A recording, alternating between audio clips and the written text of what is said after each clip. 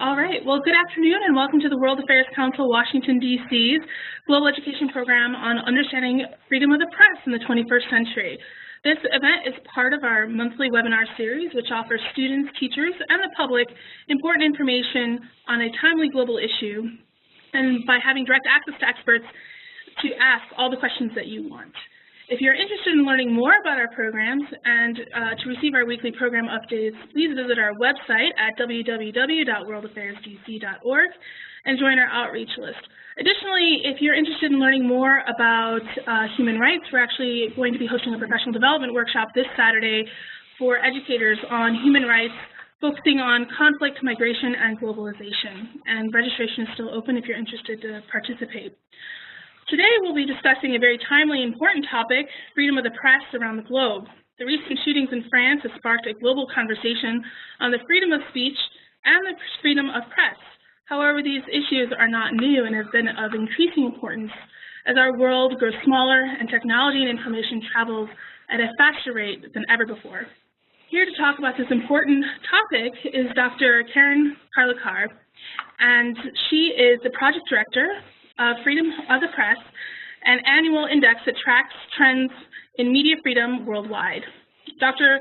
Karlekar coordinates the research ratings and editorial process for the index and also writes a number of the country reports. She regularly serves as a spokesperson for the Freedom House on media issues and has been quoted extensively in U.S. and foreign media outlets, and has represented the organization at numerous conferences, workshops, and events on the topics of media indicators, internet and digital media freedom, and press freedom. So please join me in welcoming Dr. Karlekar. And before I pass the reins over, I just want to let everybody know first that we uploaded a piece for teachers if you want to use this in your classroom for discussions both pre and post webinar. As well,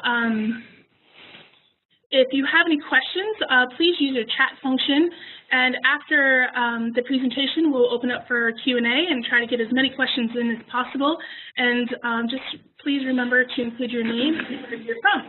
And with that, I will pass it over to you. So thank you very much. Okay, great. Thank you very much, Amanda, for the introduction. So yeah, I prepared a brief presentation on the state of global media freedom, and then we'll get into the Q&A. Basically, I divided it into two main parts. One is looking at the issue of press freedom and how we define and measure that at Freedom House. And so I'll look at sort of some of the issues we cover, the rating and scoring system for our report and our methodology, and then I'll look also at the current state of the world and the current state of press freedom, looking at findings from our latest report, which was released in May 2014. I'll end with some sort of concluding thoughts and talk about a little bit about the current debates on freedom of expression, and then we can get into the Q&A part. So looking first at our annual report, this is a report we've been running for the last 35 years. So it's the oldest report that really looks at press freedom around the world. It comes out every year. And we try to really examine the entire enabling environment that contributes to media freedom.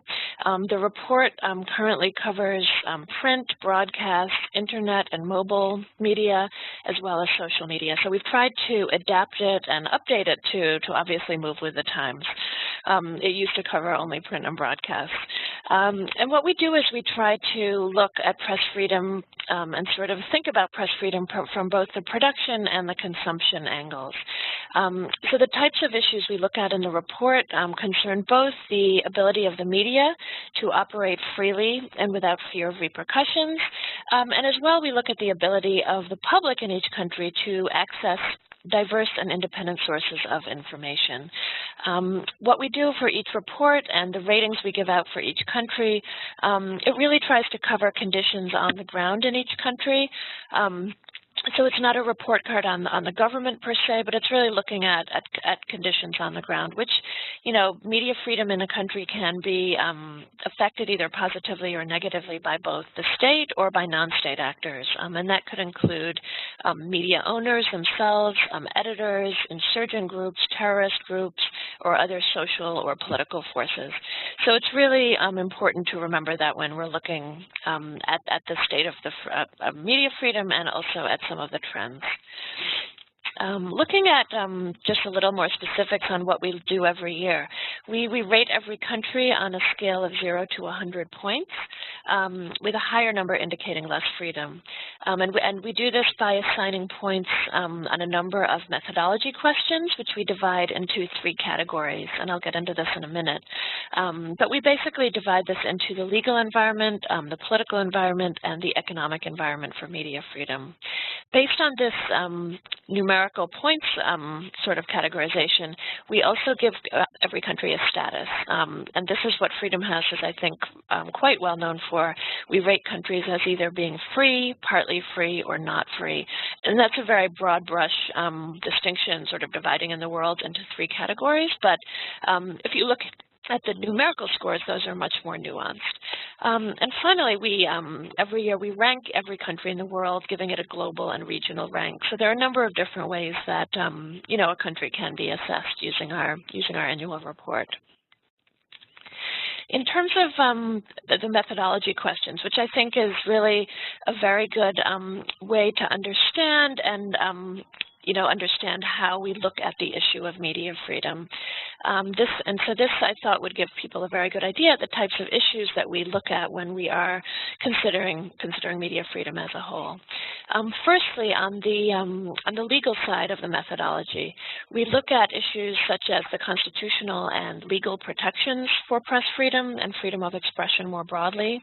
We look at any laws that can potentially be used to restrict media freedom, for example, libel and defamation laws, national security laws, and then we also look at how these laws are used. So we look at cases against journalists and imprisonment of journalists. Finally, we look at information laws, so freedom of information or FOI laws and their implementation. We look at the regulatory framework, for example, looking at licensing and regulatory bodies and how those work or don't work to enable press freedom.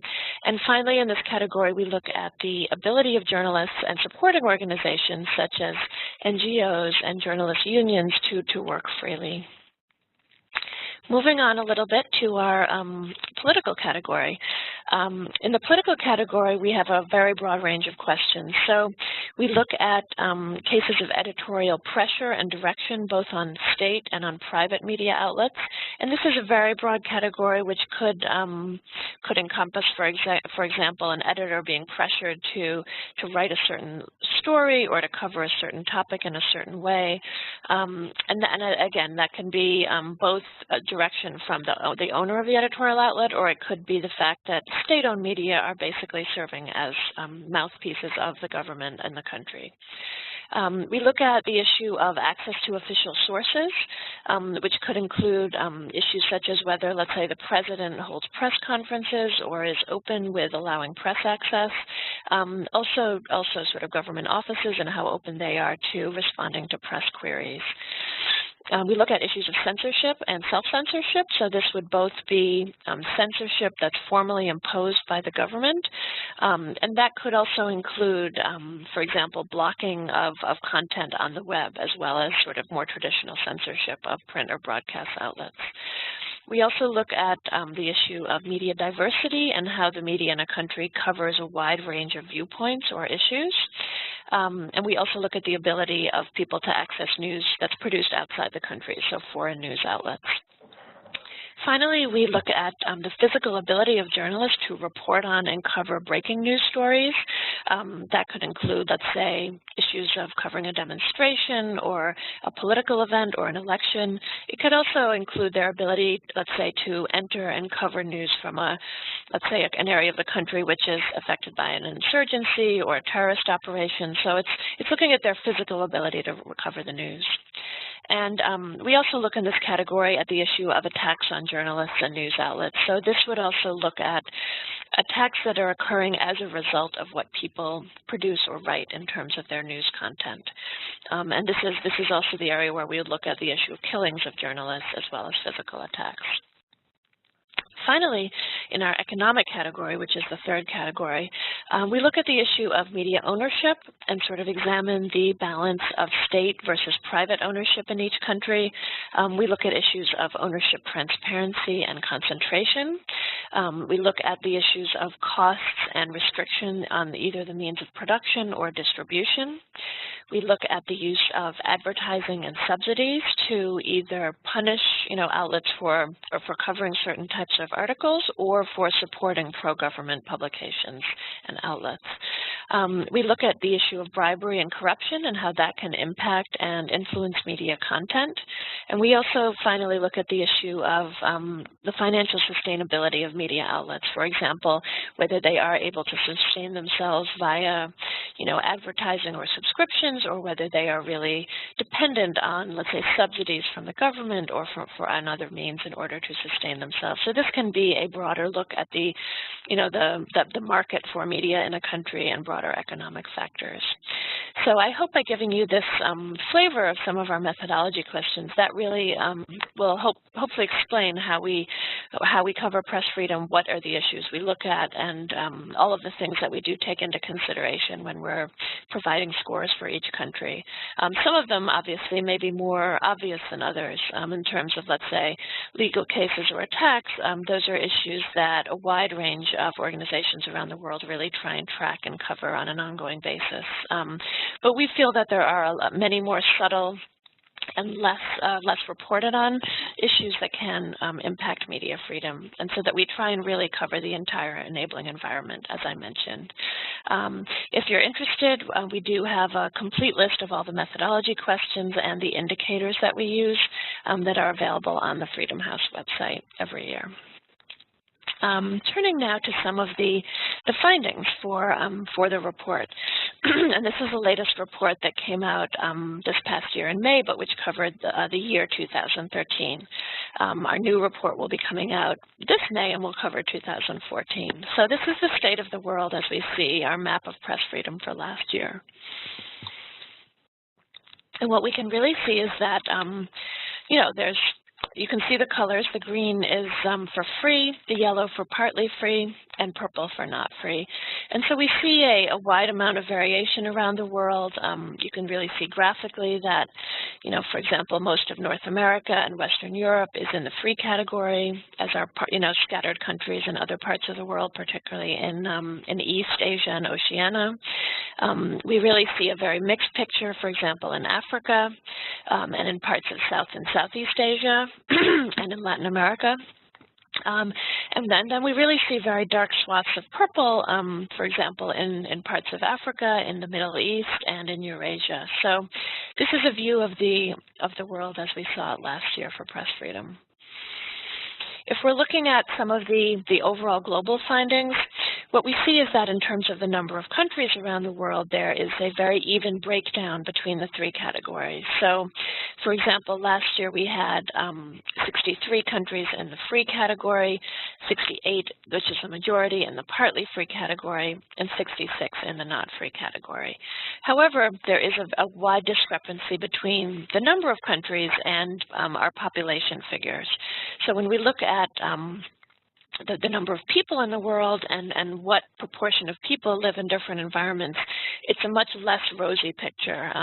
Only 14%, actually slightly less than 14%, which is only 1 out of every 7 people in the world live in free countries. And those numbers are obviously skewed by the very high populations in both India and China. China is rated in the not free category, and India is rated partly free. So when you look at the population figures, it's really, I would say, a fairly bleak picture. What we also saw last year is that the global level of press freedom, which we measure by looking at the average score, which is a composite of the score that every country receives every year, the global level of press freedom hit a decade low last year. So what we've seen is a decline in this level of media freedom pretty much every year for the last decade. And what we did see, if you can see the graph, is that there was a slight hiatus or blip in the downward trend, which occurred several years ago around the time of the Arab Spring, where we really did see dramatic improvements in several countries that really did change the global average as a whole. But this was sort of a small punctuation in what has resumed to be an overall global trend of decline.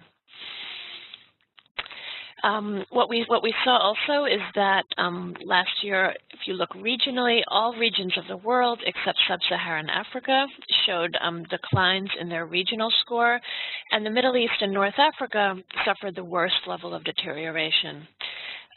We saw that in terms of declines in different countries, what we term significant declines outnumbered gains by 15 to 11 countries. So if we're looking at sort of countries going up and down, we also saw declines on that level. Significantly, and this ties into our regional trends, of the 11 significant improvements, 8 were in sub-Saharan Africa. So Africa really provided, I would say, a bright spot as a region last year in what was overall a very negative picture globally. Looking at some of these improvements, and most, as I said, were in Africa, we saw that these improvements were largely driven by 3 factors. One was the growing ability of private media companies to operate television and radio outlets, so an increase basically in the broadcast media sector and private ownership.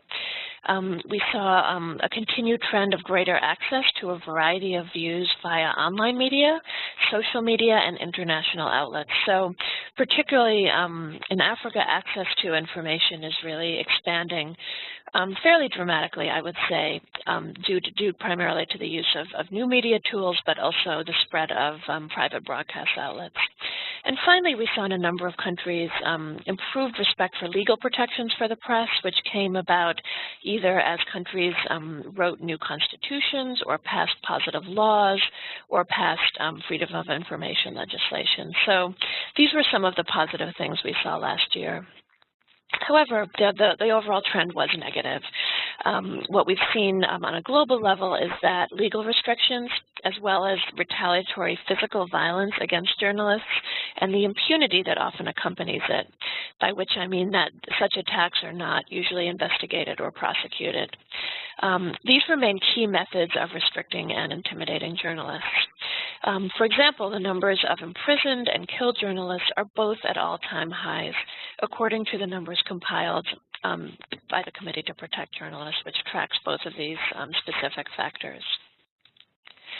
Looking at some of the key reasons for the declines that we've seen, and this was the case last year, but I would say it's actually continued into this year to a large extent, and all of these continue to be key areas of concern and focus for us. What we've seen is that in many countries, governments and non-state actors are attacking the messenger. Journalists' ability to cover breaking news has been threatened. Journalists and reporters who are trying to cover protest movements, demonstrations, and political unrest have faced physical harassment as well as targeted attacks. And this has been the case in countries like Ukraine, Turkey, and Egypt, but a number of other environments as well. So it's becoming increasingly difficult for journalists to merely get out into the streets and try to cover sensitive news stories without facing reprisal. What we've also seen is a heightened up, I would say, of targeting foreign media. The ability of foreign media outlets to operate has been hindered in countries like Russia and China, who have declined to renew or threatened to withhold visas for prominent reporters. And we've also seen there's a case, the case of Egypt with the Al Jazeera journalists is, I think, one of the most egregious and obvious, but a number of cases where governments have been targeting foreign journalists. In the case of Al Jazeera in Egypt, 3 journalists were charged and remain in jail on terrorism-related offenses. So this focus on foreign media is particularly interesting. In a number of more closed media environments, foreign journalists are really the ones that are able to cover things more easily, generally, and to bring that news to an international audience. And as a result, they're being increasingly singled out for attack. Third, what we see is a clamping down on new media. And this should not come as a surprise. Basically, as the internet and new media environments in many countries are relatively more open than the traditional media environment, this is where a lot of the dissident views are being expressed and news and information is getting out. So what we've seen is in countries like China and Vietnam, multi-pronged efforts to control online speech. In a number of other countries, governments have been imposing restrictions, either by introducing or extending existing laws to cover online content, or by, for example, censoring or blocking websites. So we've seen an uptick in the, I guess you could say, restrictions on the internet sphere and on digital and online new media. Finally, what we saw last year, but which is an ongoing concern and which often flies below the radar as well, is the attempt to control content via ownership. And this is usually much more subtle than, for example, an outright attack on a journalist or on a high-profile legal case, but we see it as being quite egregious. Press freedom in a number of countries has been diminished and threatened by new owners at outlets, particularly those who have close connections to governments or ruling parties, and who then take it upon themselves to alter the editorial lines of a previously more independent news outlet, or they also dismiss outspoken staff. And this was a key issue in Turkey and continues to be a key issue, where dozens of columnists have been dismissed from their jobs or have had to resign.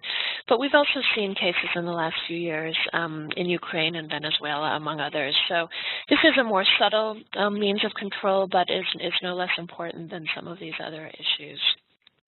And finally, I'll offer a few concluding thoughts before we try and open it up to the Q&A session. Concluding thoughts.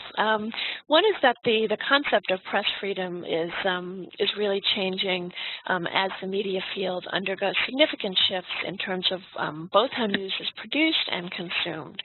So on the production side, we have, for example, rather than only having traditional, professionally trained journalists producing the news, now we have journalists, we have bloggers, we have citizen journalists, we have individuals who may be tweeting news and information. So that's really been a pretty broad shift in the way news is produced and in a number of environments, not just in the West, but all over the world. And this realm of new media and social media is particularly important in countries where the traditional press is much more under state control or government control.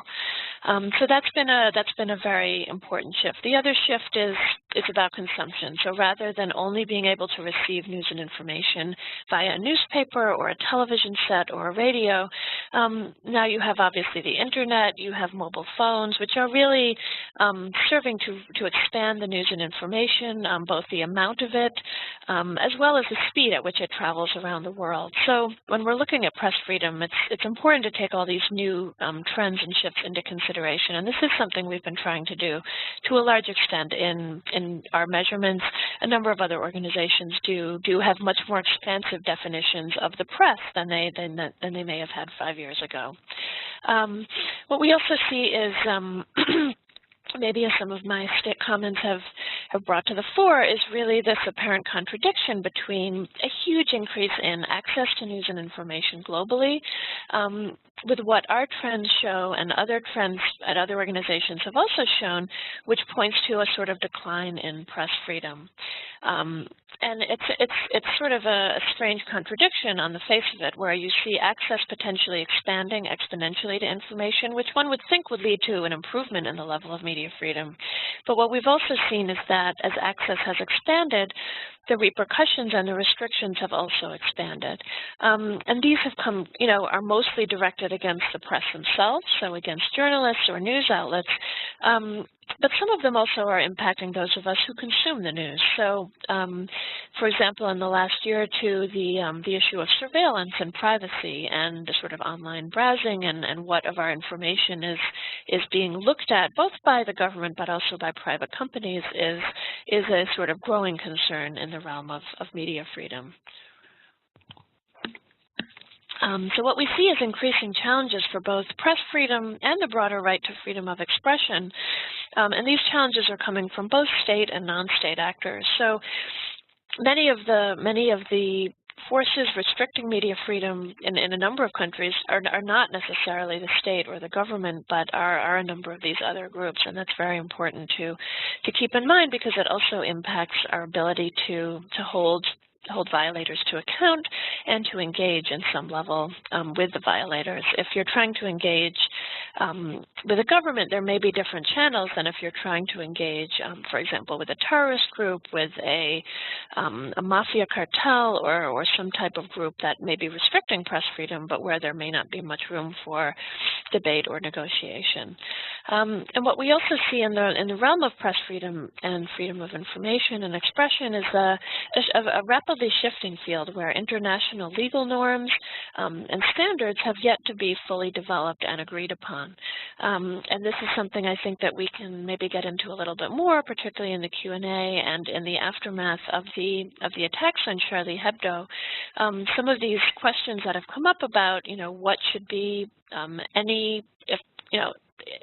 what should be the restrictions on freedom of expression, if any. There's obviously a fine line and many different opinions about that. Looking at where freedom of expression may intersect with other types of freedom, such as religious freedom, or the right not to be offended, or racism, incitement, things like that. So there is, I think, a number of places where there are not really clearly defined international standards on some of these topics, and where there is quite a thorny debate going on, particularly I think in the wake of Charlie Hebdo, but some of these issues have been developing for quite some time. So I think I'll end there. It's a little before the half an hour is up, but I want to leave enough time for question and answers and any thoughts as well, and debate. So thank you very much. And we have a lot of information on our website at freedomhouse.org, and please feel free to follow me on Twitter or to contact me at my email address as well. But our website is a great resource on a lot of these issues. Thank you. Thank you so much. This is very interesting and a lot of information. While everyone begins formulating their questions and chatting in, I will take the liberty of asking the first question. And as you mentioned towards the end of your presentation, there's a number of questions there, and I'll leave that maybe to some other people to ask. But I was just curious in terms of the logistics of how you go about doing this. I mean, this is a huge project, and to get a lot of this information. And so I'm just curious, how do you go about doing it? Because obviously some of these countries and regions that are classified as not free, how do you document that, or how do you work in those situations?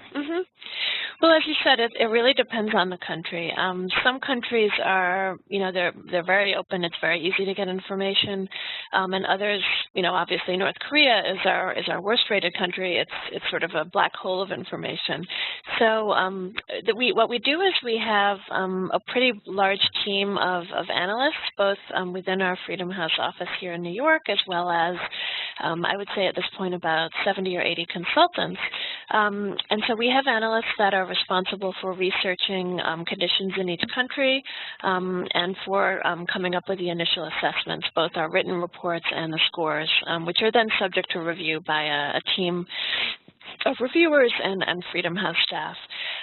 So, for example, in countries like North Korea, they really are dependent on, news reports, third-party reports, things coming out from the country, but there's no way, obviously, really to engage with, local journalists to find out information or to go to the country. So that would be sort of the worst-case scenario where they're really completely dependent on, on secondary research. But there is increasingly even some information coming out of North Korea, so it's not as difficult to get information as it once was. In a number of other countries, positively, we have very good local press freedom organizations, which really do a lot of monitoring and tracking of conditions on the ground. And for example, the International Freedom of Expression Exchange network called IFEX, ifex.org, is a network of over 100 of these organizations around the world, and that's a great source of information on conditions in the country. There are local NGOs that are tracking this, and we use their reports as one of our main sources. Our analysts also are in touch with local journalists in different countries, so they, they would be reaching out to journalists to ask them questions about trends, changes in the country, or about particular issues of concern.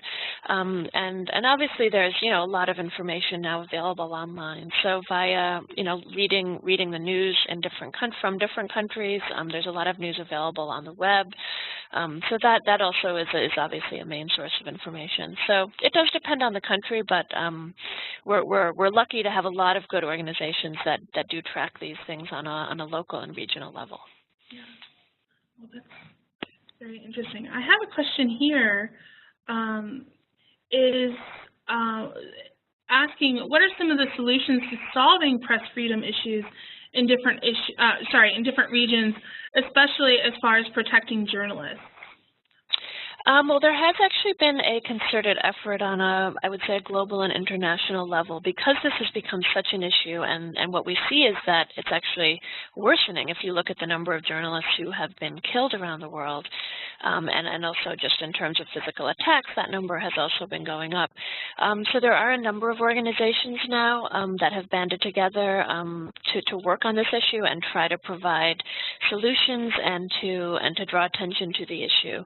And this has also come about under the umbrella or the auspices of the UN, of UNESCO as well, who's involved in trying to work on improving sort of safety mechanisms for journalists and improving coordination on such issues. So a number of organizations do specialize in this issue and are trying to, raise awareness of the topic, make, for example, in some cases, attacks on journalists a specific crime that could be prosecuted. In a number of countries that have particularly bad records on this issue, what we've also seen is national level protection mechanisms that have been set up for journalists. So such mechanisms both would serve to provide protection to journalists under threat and would also work to, in cases, let's say, where there has been a journalist killed, would work to really investigate and prosecute cases effectively. So Colombia is an example where there has been a very good national system set up, which has increased protections for journalists. Currently, Mexico has passed legislation and is working to set up a system to improve conditions there, because Mexico has a particular problem with murders of journalists, and efforts have also been underway in countries like Pakistan as well. But a lot of it also, it means sort of raising awareness, both, with the governments involved as well as at an international level.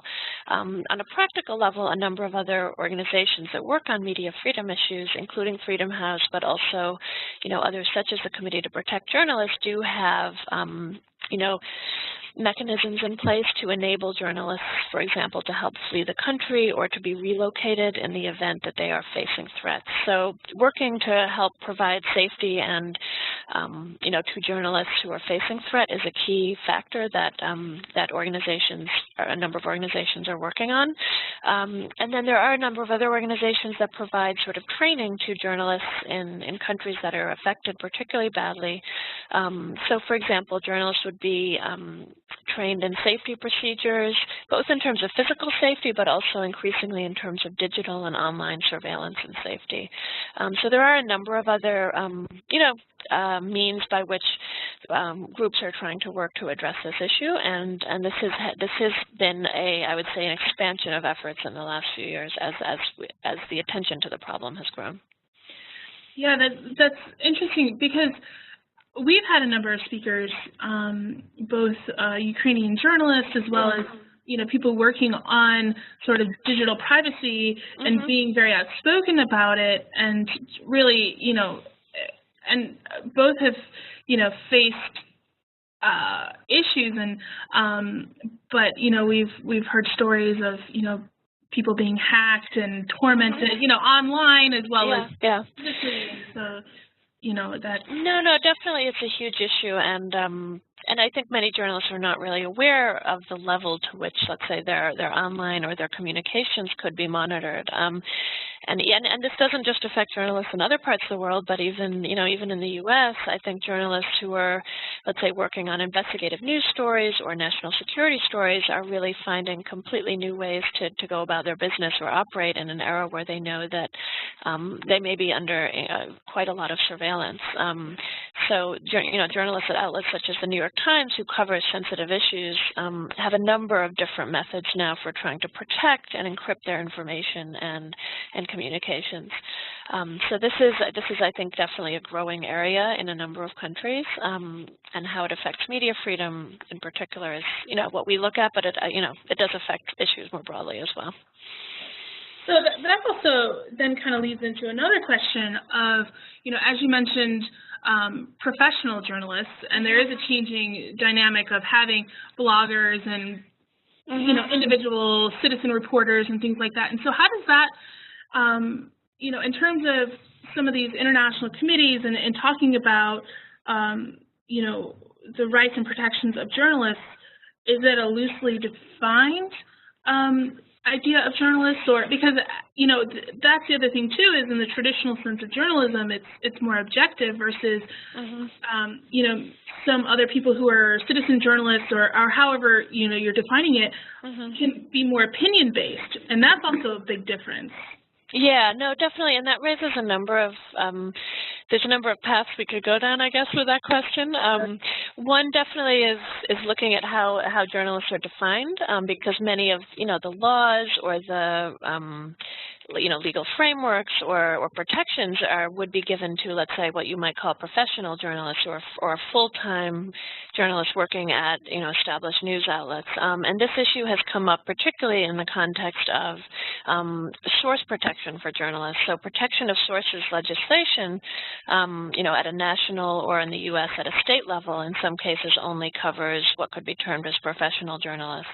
And so there has been a debate about this, and in many cases these definitions are shifting to cover let's say not just these professional full-time journalists, but to really look at it in terms of the act of journalism. So people who are news gathering or who are writing or producing news and information would be covered by proposed laws, rather than, let's say, just a professional journalist working for the New York Times, for example. So I think in many places there has been an expansion of the definition of terms in order to encompass these, these new types of journalists.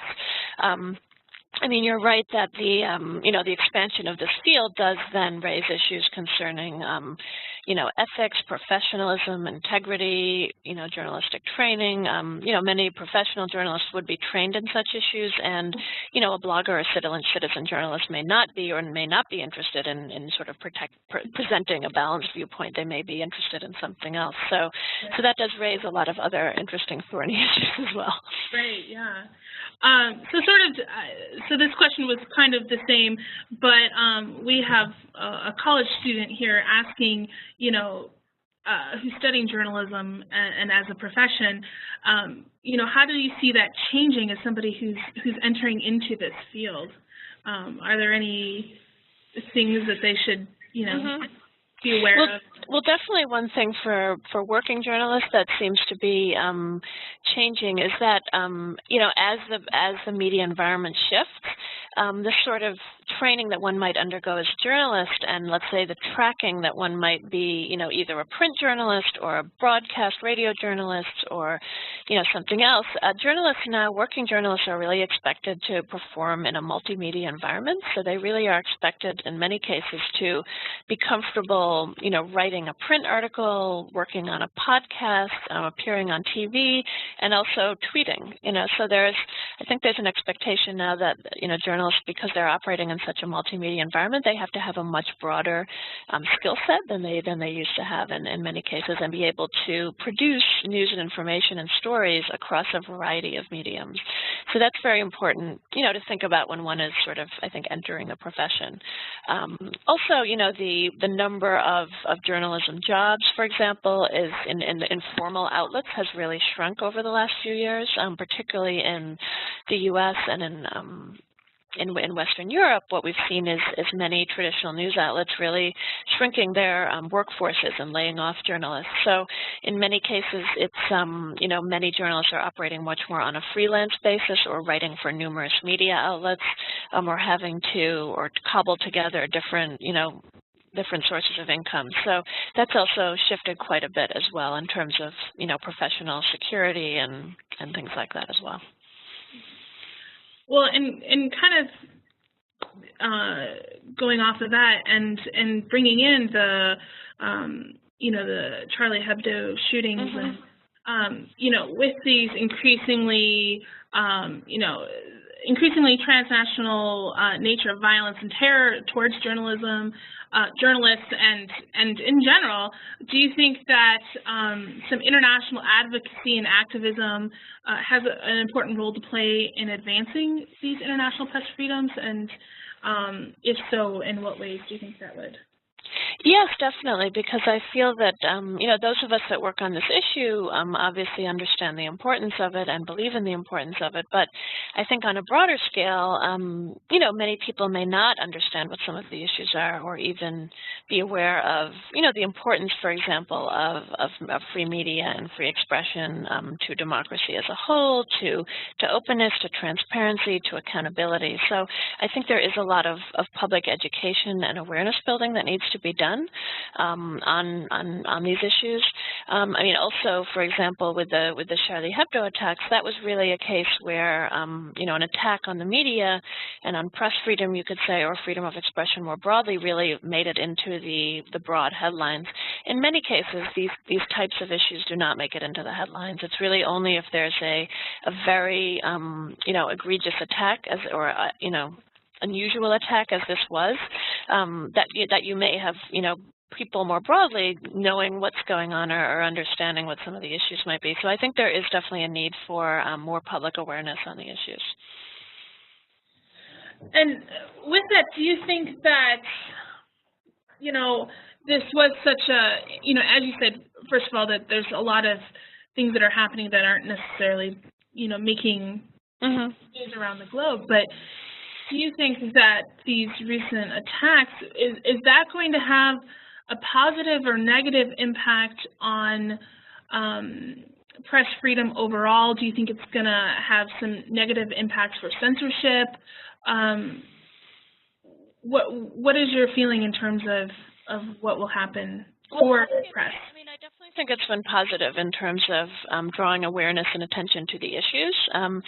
And, most of the journalists killed, are very, small journalists in small places, sort of local journalists reporting on local issues, and are not, those cases are not coming up in the international press. So they happen, and a journalist may be killed in the Philippines or in Mexico, but it doesn't really, penetrate the larger consciousness, one might say. So I think this attack, because it was so big and so unusual, really, was good in terms of drawing attention to the issues. But, for example, I think it may be quite negative in terms of potentially leading to more self-censorship. What we have seen generally as a trend is that, physical attacks do generally lead to more self-censorship by those that are left behind. And it depends what the issue is, but, for example, in Mexico, because of the murders of journalists, there are many fewer journalists that are willing to report on issues of criminal organizations or organized crime or narco-trafficking. In other cases, such as the Charlie Hebdo attacks, and we saw this actually a little bit after the Danish cartoon crisis almost a decade ago, was that those attacks did lead to some greater level of self-censorship when reporting on issues concerning Islam in Europe. So we are concerned about the potential impact on, on people's willingness to engage on those issues and to cover those issues. Do you also think, because I think that there's been, some questions in France of, people who may have made posting on Facebook or in social media, then being arrested and questioned. And so do you think that governments will be a little bit more sensitive to some of these things as well, which also may have a negative impact? Well, I think it has been good. In terms of what happened and then some of the aftermath, it has helped to draw attention to the fact that, for example, in France, the laws on freedom of speech are quite contradictory, and that there are actually a number of laws on the books which are which can be used to restrict freedom of speech. So I think it's been useful to draw attention to some of those contradictions, and some of them can be explained by France's particular history and background. But when you look at the fact that in France, for example, you do have still criminal defamation laws on the books. You do have hate speech laws on the books. You do have these other laws which prohibit incitement to violence or a glorification of terrorism on the books. And there's also a Holocaust denial law on the books. I think it's good to draw attention to the fact that, even some of these countries which champion themselves as defenders of free speech don't have perfect records on defending free speech. And they do occasionally impose restrictions, as has been seen in the case of France. So I think it's good to, just look at that and be reminded, that no country is perfect on this issue, and then some do have a way to go. Yeah. So that being said, I was wondering if you could go into a little bit more detail, and I have a question here specifically about Vietnam, and I don't know if you have the expertise to talk about this specifically, but just talking about, how some of these other countries, this question is particularly on Vietnam, and, on their access to information and and the problems of censorship, and how some of these countries can move forward and kind of overcome some of these issues that they're facing. Well, it's difficult. I mean, countries such as Vietnam are interesting because they are engaged in this sort of rapid trend of economic development and engaging with the world on, on issues of trade, of economic development, as I said, but they politically remain very, very closed. So, countries like Vietnam and China are one-party communist states with very high levels of control over the news and information environment. And this does sort of seem to be at odds with their trend of increasing economic openness, and it's quite hard for them, I would say, to maintain this level of control. I mean, China's system, I think, is the best covered and the best understood. I mean, there are pretty broad restrictions in China, and there's a pretty well-established censorship apparatus, and that doesn't mean that no information gets through. So there is some information trickling through, again, mostly by the internet and digital, new media and social media. But it's it's very, very difficult. I mean, many applications such as Facebook, for example, are banned and not usable pretty much by the majority of the population, both in China and Vietnam. So sort of global communications networks are off limits to people living in those countries. And it is definitely a bit of a cat and mouse game in both countries between, let's say, dissidents who are really pushing the envelope or who are trying to get out news and information, let's say via blogs or via instant messaging chats, things like that, with the desire of the authorities really to maintain a high level of control over most of the mass media. So, it's definitely a bit of back and forth in these countries. It's not a completely closed environment, but there is a very, very high level of information control. And as you see some progress in one area, the government then begins to clamp down perhaps in another area. So it's definitely not a case that, the internet is leading to much more openness in these countries, unfortunately. Yeah. And would it be possible, I mean, as you were saying, overall the trends are going down, but there are some bright spots. And can you give some, examples of what some of these countries are doing, particularly in Africa? Yeah, no, definitely. I mean, as I said, most of the positive stories we've seen in the last few years have been in Africa. The exception to that, I would say, would be Burma or Myanmar, which has really had a huge opening in the last few years, and has been, it sort of has backslid a little bit, but compared to where it was a few years ago, there's been a dramatic opening in the media environment. Obviously, some of the Arab Spring countries have had very, very big openings as well. So Tunisia and Libya come to mind as being the two with really the most dramatic openings. And Tunisia is really continuing to go in the right direction, and is sort of the only success story coming out of the Arab Spring at this point.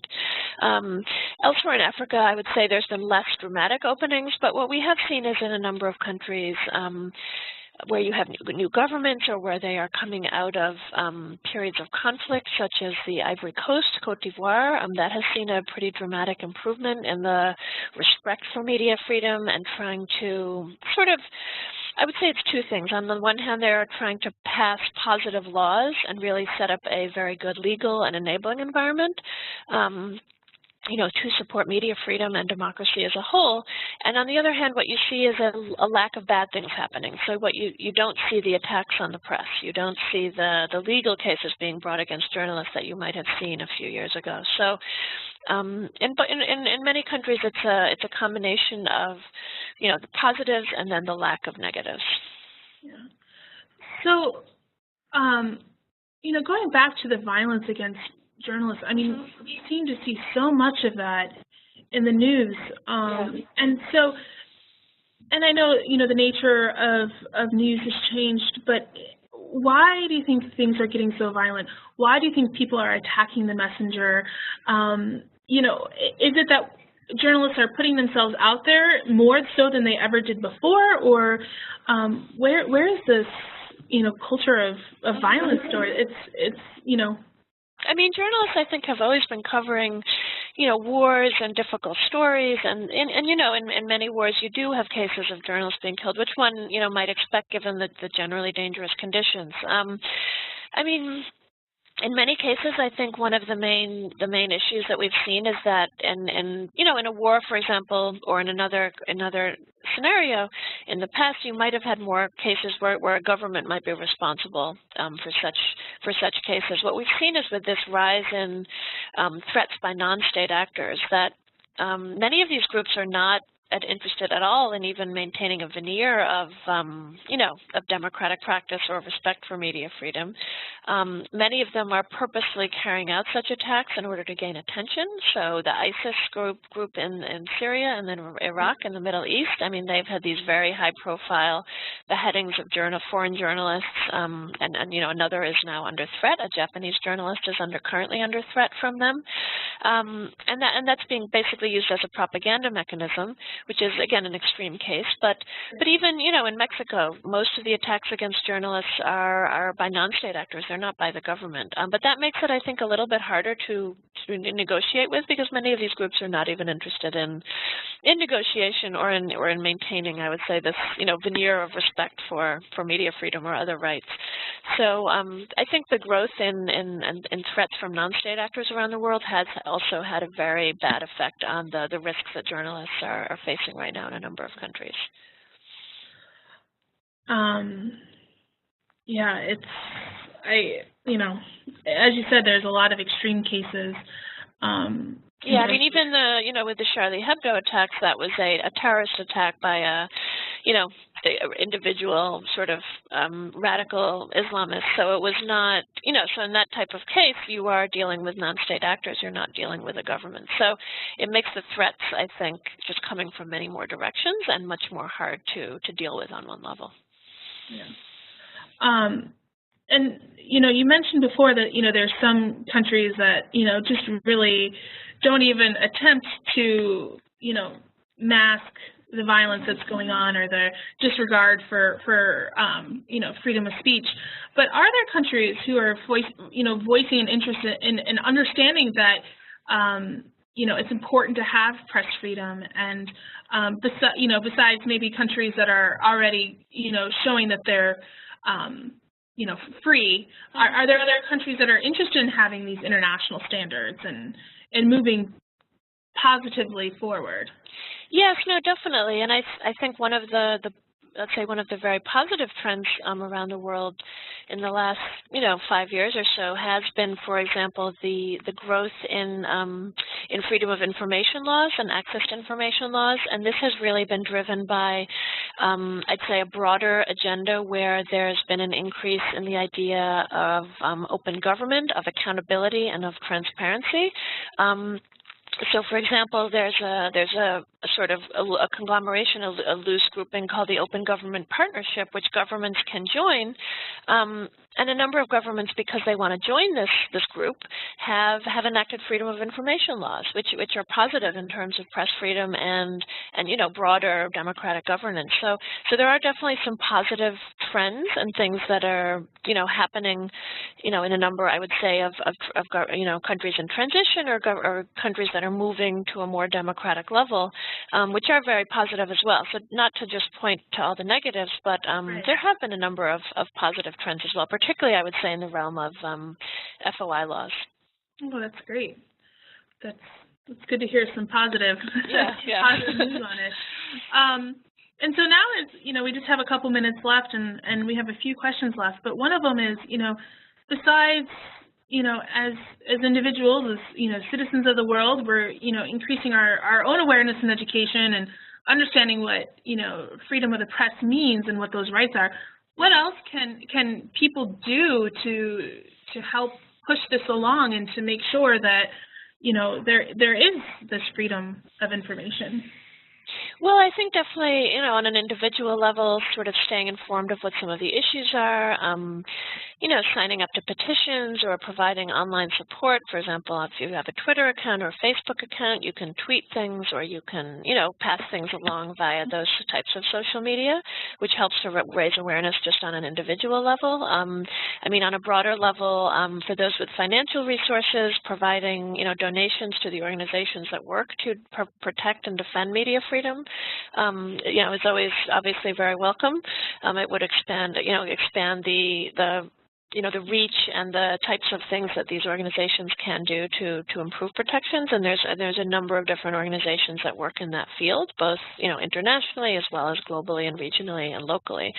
So those are all types of things I think that can be done. I think just increasing sort of public awareness of the importance of these issues is also, as I said, quite important. Yeah. Well, thank you. That's good to know, the things that we can do. I want to, as we close out, I just want to ask, it was a little startling to me to see such a rapid decline of press freedom. And so I just wanted to get a sense from you of, what do you think this next year will bring? Will there, be some increasing positives? How long do you think it'll take to sort of even things out a little bit more? What do you think, the next year to 5 to 10 years, what do you think will happen?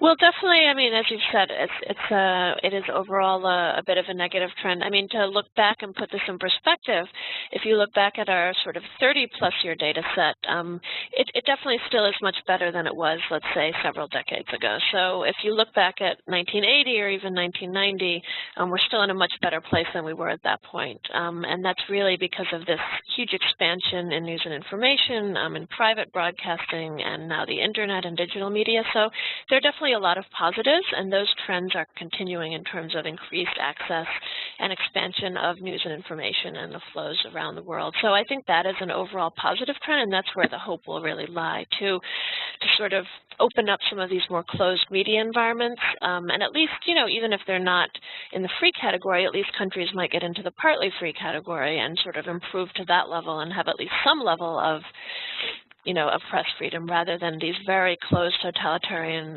environments. So I think at the bottom end of the scale, in terms of the North Koreas, I think countries like that will be increasingly hard to maintain in this global and digital world. Yeah. Well, thank you so much for taking time out to talk with us today and for all the work that you do in your organization. And no, thank you very much, Amanda. It's a pleasure to join you. And definitely if people have questions or want follow-up, we're available at Freedom House to help. Wonderful. Thank you so much. Thank you very much. Take care. Thanks.